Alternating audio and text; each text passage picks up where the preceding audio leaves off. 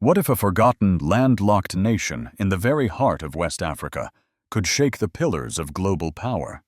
Not with tanks, not with bombs, but with runways, tractors, factories, and hospitals? For decades, Burkina Faso was known only as a land of coups, hunger, and dependency.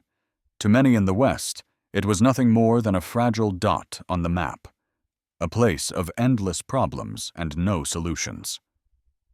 But then, something changed. In September 2022, a young artillery captain rose from the barracks. His name was Ibrahim Traoré. He had no dynastic name, no foreign backing, no colonial pedigree. What he carried instead was a dangerous message: dignity. From his first speech, he declared to the world that Burkina Faso would no longer kneel, not to foreign armies, not to predatory lenders, not to aid wrapped in chains. Many dismissed him as a hot-headed soldier, but what followed silenced the doubters. Projects once thought impossible began to rise from the dust. An airline reborn after decades of silence. Farmers given tools instead of slogans. Factories built not by outsiders, but by Burkinabe hands. Hospitals for elders who had been forgotten. Even whispers of nuclear power and electric cars. It was not fantasy. It was concrete, steel, and vision. This is the story of 10 bold steps, a blueprint of sovereignty that startled the West and inspired Africa. But behind the pride lies a question that haunts history. How long can such defiance survive? For every Sankara, there was betrayal. For every Lumumba, a bullet. For every Gaddafi, fire from the sky. Will Traoré's path endure, or will it be silenced before it becomes irreversible? Stay with us, because this is not just another story. This is the future of Africa being built before our eyes. And as you listen, ask yourself, if dignity could be built with bricks, what would you build first? An airport, a clinic, or a factory? On October 2, 2024, after months of silence, the skies above Ouagadougou roared with life. Air Burkina took off once again. But this was more than a flight. It was a declaration. A nation that had been grounded for decades was back in the air, and this time the wings were its own. No foreign loans, no IMF dictates, no colonial fingerprints. The aircraft carried passengers, yes, but it also carried dignity. For Burkinabe families watching from the ground, it was sovereignty in motion. The symbolism cut deep. Flight is not prestige. Flight is power. It connects markets, links families, accelerates trade. For a landlocked nation, it can mean the difference between survival and suffocation. That is why the return of Air Burkina hit harder than any speech. It was history tearing through the ceiling of doubt. And this was only the beginning. In Bobo Dioulasso, the nation's second city, bulldozers tore through red earth to modernize an airport once left in dust. Wide runways, sleek terminals, facilities ready to international standards. What foreign contractors had stalled for years, local engineers and new partners revived in months. To the northeast, the long-delayed Ouagadougou-Donsin International Airport surged forward. A massive runway stretched across the savannah. Passenger terminals rose where once there was silence. And next to them, something few expected in West Africa: a solar power station to keep the airport running free from blackouts. For the West, these were supposed to be dreams too big for a small African state. For ordinary Burkinabe, they were not dreams at all. They were proof that their country could build, not beg. A father stood with his son near the runway and whispered, "Look, my child, that is our flag in the sky." In that moment, the boy saw something his parents had never seen in their youth: national pride taking flight. But the projects on the ground were just as important. The airports meant connection. The airlines meant movement. Suddenly, A Burkinabe student could dream of studying abroad and returning home without waiting for foreign carriers. A farmer could imagine exporting cashews or mangoes by air, not just by road. A grandmother could think of visiting her children in another city in hours, not days. Infrastructure was not just concrete and steel. It was dignity in daily life. And yet, behind the pride lay a shadow. The same skies that now carried Burkinabe planes had once carried drones and fighter jets from foreign powers. For decades, the airspace of the Sahel had been patrolled by others. The return of Air Burkina was more than economic. It was political defiance. It said to Paris, to Washington, and to Brussels, "We can fly on our own." That message, as much as the plane itself, rattled old powers. This chapter of Burkina Faso's rebirth was not about war. It was about building, not about tearing down. But history has taught us that sovereignty, when asserted boldly, invites retaliation. The skies were open again. The question was, for how long? Because if Burkina Faso could reclaim the air, what would it reclaim next? The soil? The gold? The power to feed its own people without waiting for aid ships? Each runway completed, each plane that landed safely, was more than infrastructure. It was a signal. A rising nation was ready to test the boundaries of what the world thought possible. And that is why this moment mattered so much. It was not just an aircraft piercing through the clouds. It was a nation piercing through the limits of dependency. The hum of jet engines became a hymn of sovereignty. The roar of takeoff became a challenge. Who will decide the future of this land? Foreign powers or its own people? This is why the world watched closely. Because once a forgotten landlocked nation takes to the skies, it is only a matter of time before it claims the ground beneath its feet. If the skies marked the first victory, the soil soon followed. In early 2024, a campaign swept across Burkina Faso that the young captain called the Agro-Pastoral Offensive. But this was not a slogan shouted at rallies. It was seeds, tractors, and land delivered to ordinary citizens. For the first time in living memory, small farmers held tools in their hands instead of empty promises. Hundreds of tractors rolled into villages that had known only plows pulled by animals. Young students in agricultural schools were given land to farm, not just textbooks to memorize. In towns once forgotten, irrigation pumps hummed, seeds were sown, and fertilizer was spread. Women's cooperatives, long sidelined, were given a chance to operate processing plants for cashews and tomatoes. The change was emotional. Farmers wept when they touched their first state-backed equipment. Mothers watched as their sons stayed in the village to farm instead of migrating to the city in search of day labor. Where families once waited for aid ships, they now saw their children steering tractors across ancestral fields. It was dignity planted in the ground. The factories that followed carried the same spirit. In Bobo Dioulasso, a tomato plant began processing harvests that once rotted by the roadside.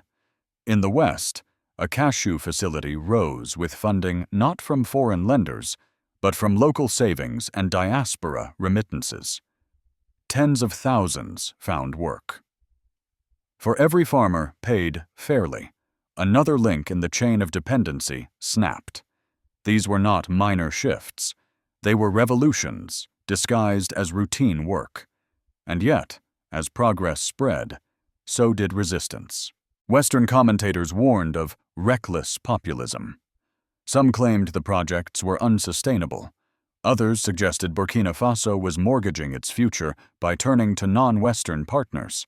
In Washington and Paris, analysts spoke uneasily about the symbolism of tractors replacing rifles, of local factories replacing imports, of food grown not for export, but for national pride. But on the streets of Ouagadougou, Bamako, and Niamey, the reaction was different. Crowds chanted a new slogan: "We will not beg for food, we will grow it." Students marched wearing faso dan fani, cloth, declaring they would no longer study under dependency, but under sovereignty. Women sang outside markets, proud that the tomatoes they processed bore a Burkinabe stamp. For many in Africa, it felt like the rebirth of Thomas Sankara's dream. A vision once silenced by bullets was sprouting again in fields and factories. Elders remembered Sankara declaring that a nation wearing its own cloth was a nation refusing dependency. Now, under Traore, that cloth was being stitched again, not just as a symbol, but as a uniform for soldiers and police. The momentum reached a climax when the government announced the nationalization of major gold mines. For decades, Burkina's gold had flowed outward, enriching companies abroad, while villages near the mines sank deeper into poverty. Now, for the first time, profits began to flow inward, into schools, hospitals, and roads. The opening of a domestic refinery marked a turning point. Gold poured into molds within Burkina's own borders. For miners who had labored for pennies, it was justice. For the nation, it was proof that wealth could serve its own people. These acts rattled old powers. French commentators muttered about lost influence. American think tanks warned of dangerous precedent. If a small nation like Burkina Faso could reclaim its resources and still grow, what would stop larger African states from following? What would it mean for Western access to uranium in Niger, cobalt in Congo, or oil in Nigeria? The answer was unsettling. It meant the end of an era of easy control, and that is why the reaction was so fierce. Because sovereignty written in agriculture, factories, and mines was far more threatening than speeches alone. It showed a model that could be copied, a fire that could spread. But every fire attracts the wind. The more Burkina Faso built, the louder the question grew. How long before those who profit from its weakness strike back? Could a small, embattled nation carry such bold defiance without triggering the wrath of larger powers? The tractors plowed forward. The factories buzzed. The gold flowed inward. But hovering over it all was the thunder of history, reminders of leaders who had dared too much and paid the ultimate price.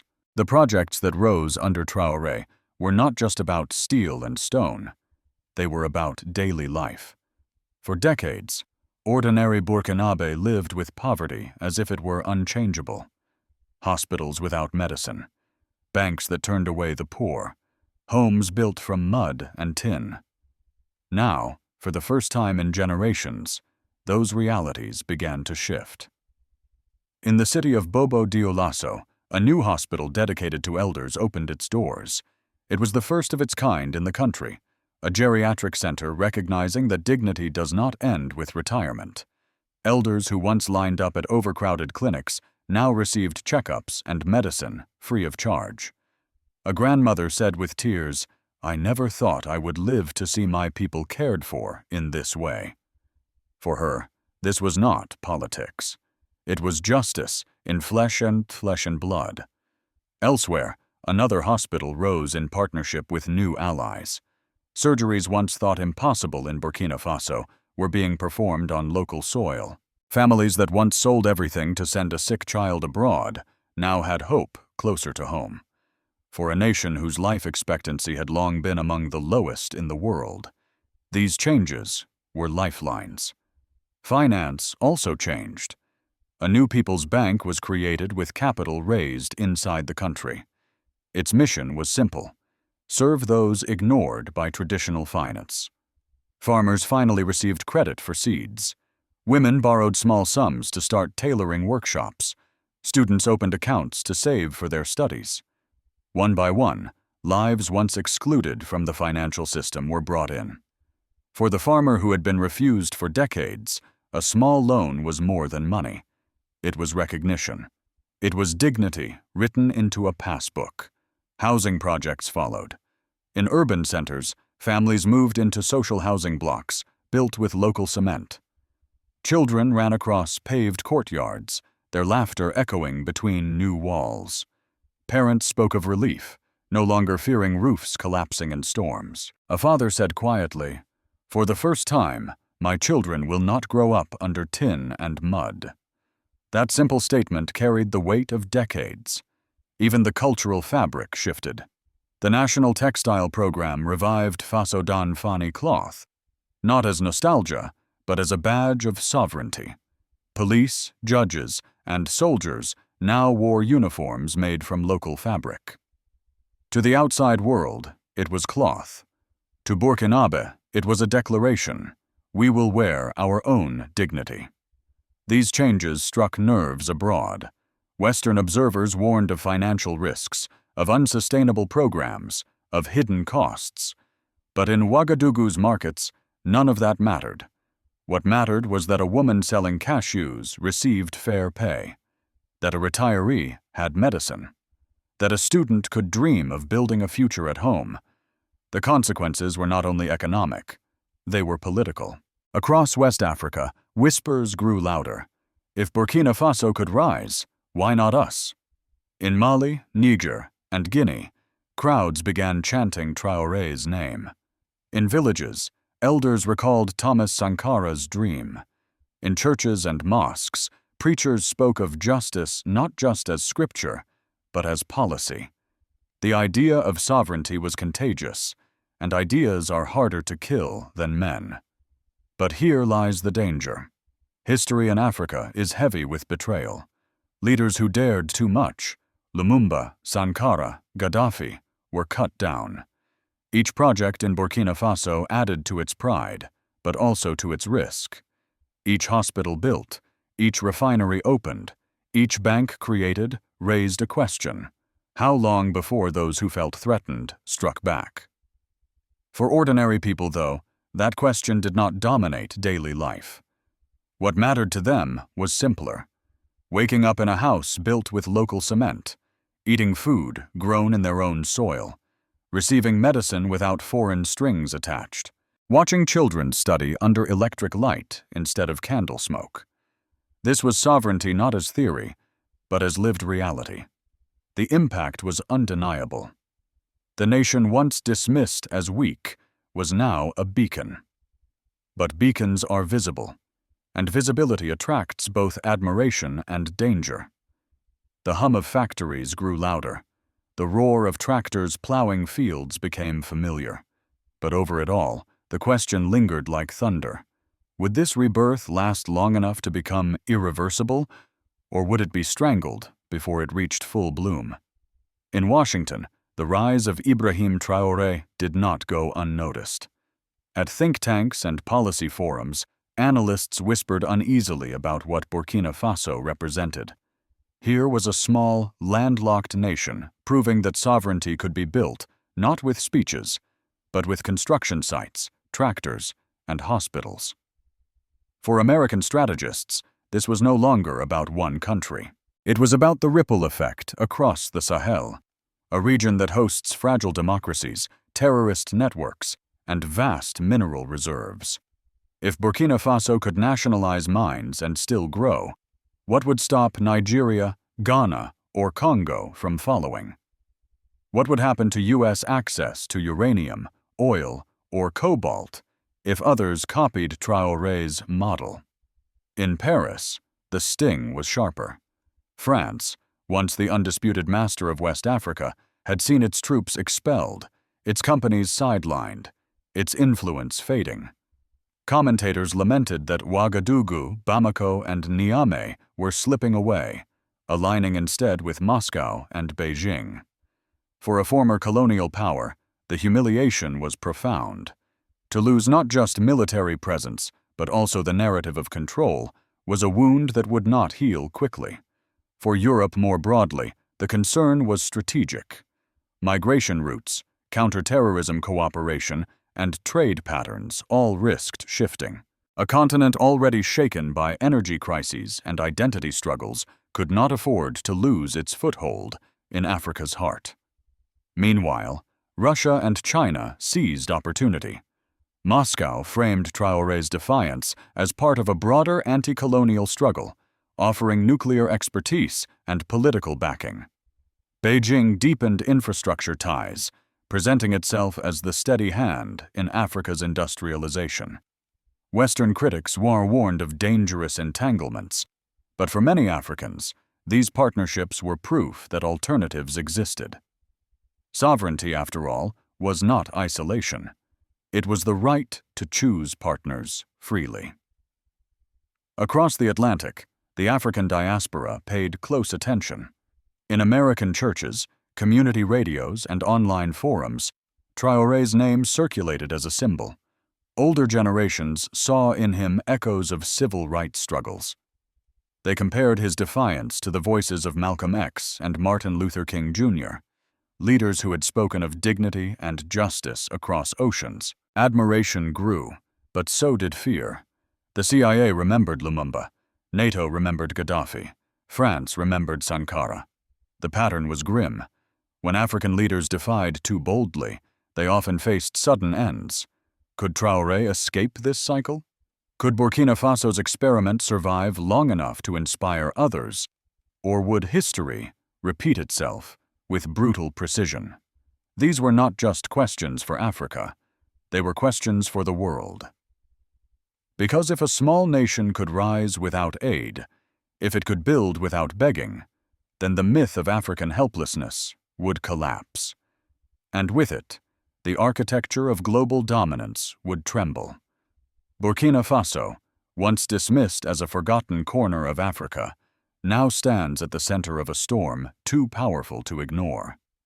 In just a few short years, Ibrahim Traoré has shown the world that sovereignty does not begin with flags or speeches. It begins with action. Runways and refineries, tractors and hospitals, banks and factories. Each brick laid is a piece of dignity restored. But history casts a heavy shadow. For every Sankara, there was betrayal. For every Lumumba, a bullet. For every Gaddafi, fire from the sky. That shadow hovers still. It is what makes this moment both exhilarating and terrifying. Because if Burkina Faso succeeds, it could light a path for a continent. But if it falls, it will remind us of the cruel cycle, that African dreams too bold are often crushed before they bear fruit. The stakes are not just local. They are continental, even global. Already, whispers spread in Mali, Niger, Guinea, and Chad. If Burkina can defy, why not us? If Traoré can build, why not our leaders? The idea of sovereignty is contagious, and ideas, once seeded, are harder to kill than men. That is why the world watches closely, not just with curiosity, but with calculation. Yet for ordinary Burkinabe, the question of geopolitics feels distant. What matters most is simple. Waking up in a home built with local cement, eating food grown in native soil, receiving medicine without foreign strings, hearing the roar of a plane carrying national pride, watching a child study under electric light instead of candle smoke. For them, sovereignty is not theory. It is daily life. It is the difference between despair and dignity. And so we end where we began, with a question. Can Africa truly stand on its own? Or will the forces of history drag it back into dependency once again? Is Ibrahim Traoré the hope of a new dawn, or the next target in a long, tragic cycle? Only time will answer.